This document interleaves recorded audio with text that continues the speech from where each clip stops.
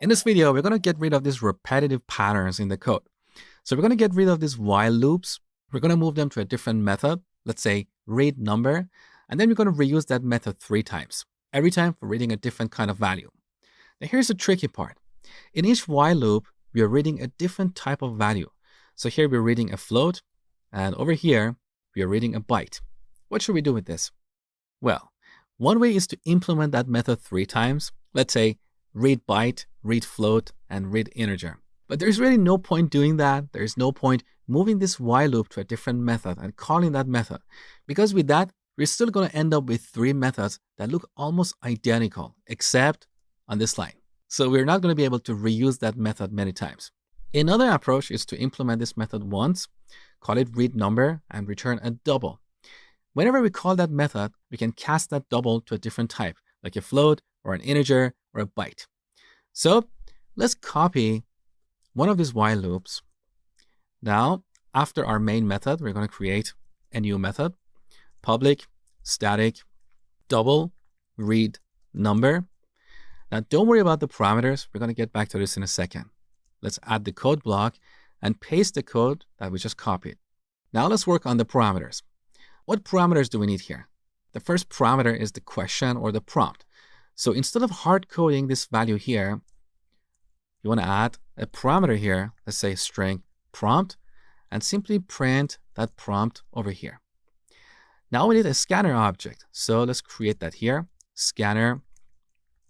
We set that to a new scanner using system.in. Now, instead of working with annual interest, we want to work with a generic variable, because inside this method, we don't know anything about mortgage calculation. We don't know about the years or annual interest. All we care about is reading a number, reading a value. So I'm going to declare a variable here called value. Now we need to rename these 3 references to value. So here we press Shift and F6 to rename this. And you can see that IntelliJ automatically suggested to replace this with value. So let's go with that. Now, all these 3 references are updated automatically.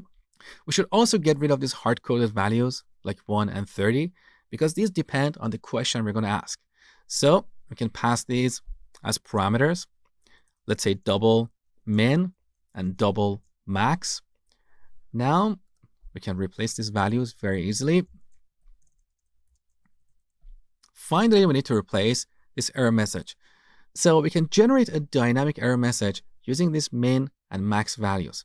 So enter a value between. Here we end our string. Then we concatenate it with min. Once again, we concatenate it with another string.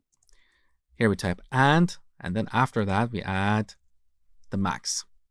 Now we have a generic error message based on the min and max values. Beautiful. Now, finally, we need to return this value variable. So now we have all the logic for reading a value from the terminal and validating it in a single place inside of this method.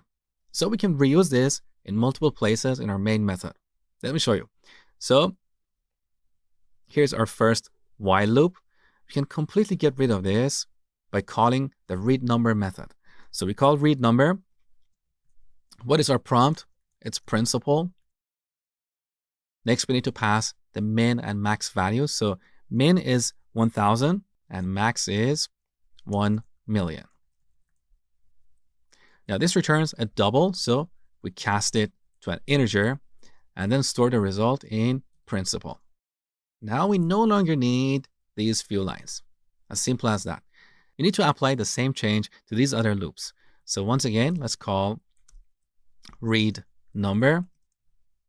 What is the second prompt? Annual interest rate. Now here we're adding a colon followed by a space. We could also add this logic inside the read number method, so we don't have to repeat this every time. A tiny issue, I'm not worried about it too much. What are the min and max values? 1 and 30. Now this method returns a double, so we cast it to a float and store the result in annual interest. Now let's get rid of the while loop. Beautiful. And finally, we need to read the years. So once again, read number, period in years. And here we need to pass 1 and 30. This returns a double. We cast it to a byte and store it in years. So let's get rid of this loop as well. Beautiful. Now look at the code in the main method. As you can see, the scanner variable is no longer used because it's grayed out. We move this in our read number method, so we can delete this line as well. Now, how many lines of code do we have here? This method starts on line 8 and ends on line 21. So we have 13 lines of code.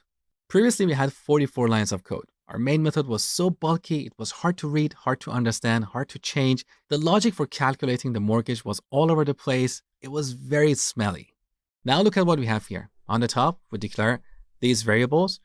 Then we set them, which makes me think we don't need to separate the declaration and assignment.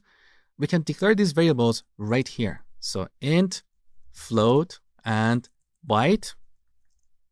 So we can get rid of these declarations. Now we have only 8 lines of code in this method. This is what we call clean and beautiful code.